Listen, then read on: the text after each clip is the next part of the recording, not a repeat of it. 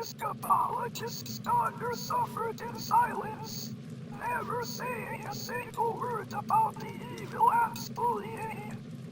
This only encouraged the woman to greater cruelties, until one day, she exploded. You are a useless, filthy, nasty little creep. And the ant beat her and threw her into a dank, dark, dusty cellar, locked the door and went out. Have I been so wrapped up in my grief for my wife that I have forgotten the one thing that mattered to us most?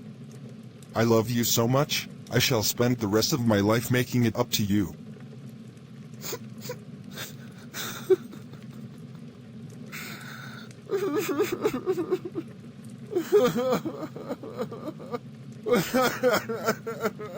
But when the little girl fell asleep, the escapologist's thoughts turned to the acrobat's sister. Bullying children is her game, is it?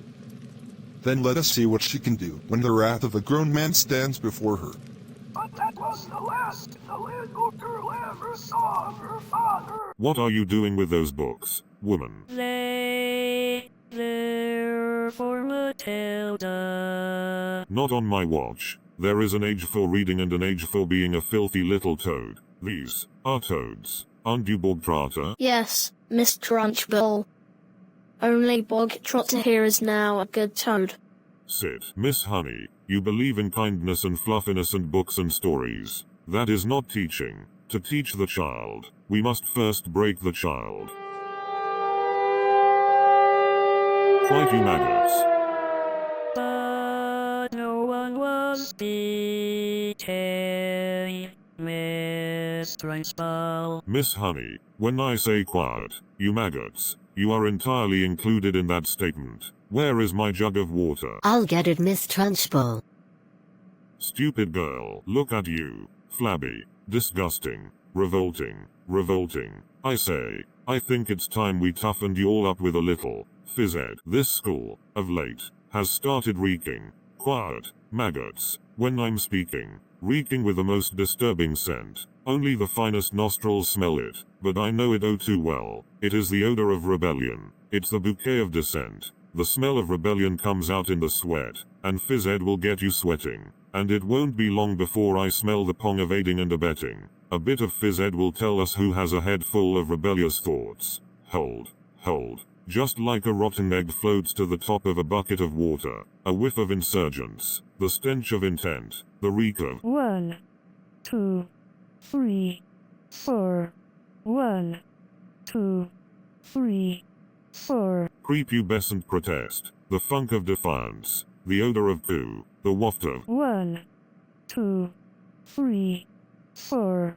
1, 2, 3, 4. Please, miss, please.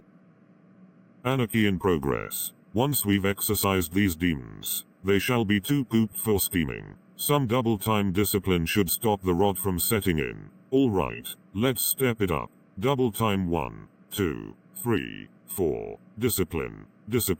For children who aren't listening. The miss. I need a tissue. It's an issue we can fix. There is no mystery to mastering the art of classroom mistressing. It's discipline. The smell of rebel. Discipline.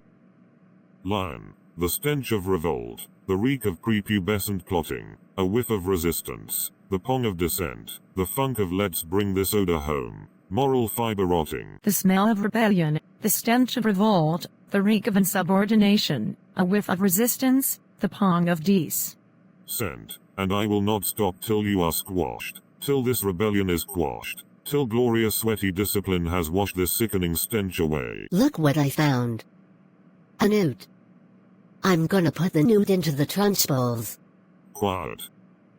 I don't think this is teaching at all. I think it's just cruelty. That is because you, Miss Honey, are pathetic. You are weak. You are, in fact, a sniveling, little, newt.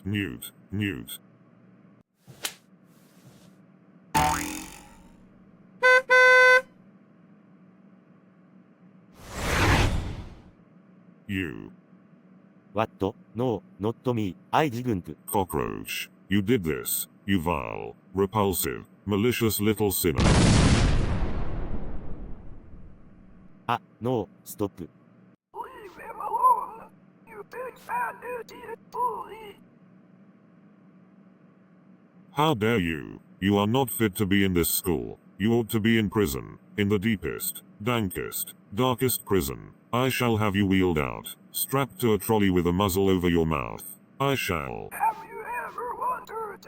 Well, I have. About how when I say red.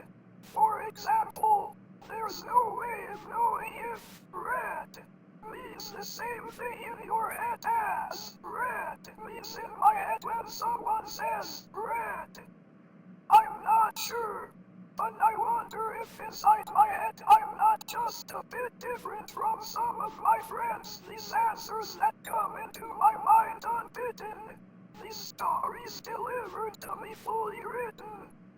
And when everyone shouts like they seem to like shouting, the noise in my head is incredibly loud. And I wish they'd stop. My dad and my mom and the telly and stories would stop for just once.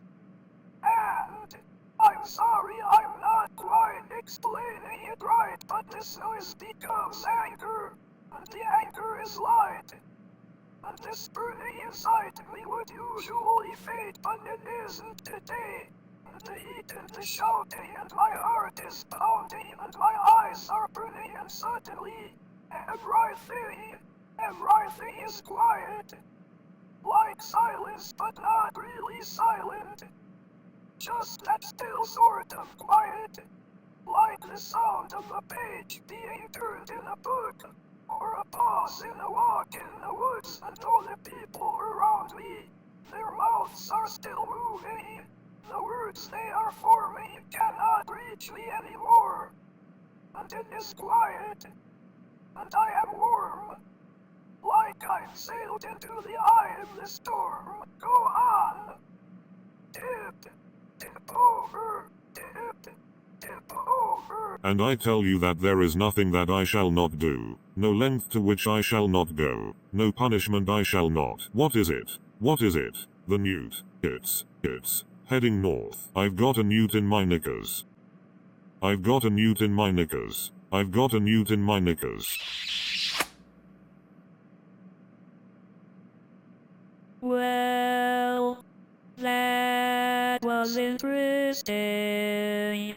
I think we'd all better go home while we still can. Matilda. Watch. I moved it with my eyes. Am I strange? Would you fancy a nice cup of tea? What do you think it is? This thing with my eyes. I can't pretend that I know, Matilda, but I don't believe we should be frightened of it. I think it's something to do with that incredible mind of yours. You mean there's no room in my head for all my brains? So they have to squish out through my eyes. Well, not exactly, but yes, something like that. You certainly are a special girl, Matilda. I met your mother. She's unusual. What about your father? Is he proud to have a daughter as clever as you? Oh yeah. He's always saying, Matilda, I am very proud to have a daughter as. That's not true, Miss Honey. He's not proud at all. He calls me a liar and a cheat and a nasty little creep. I see. Here we are, home, sweet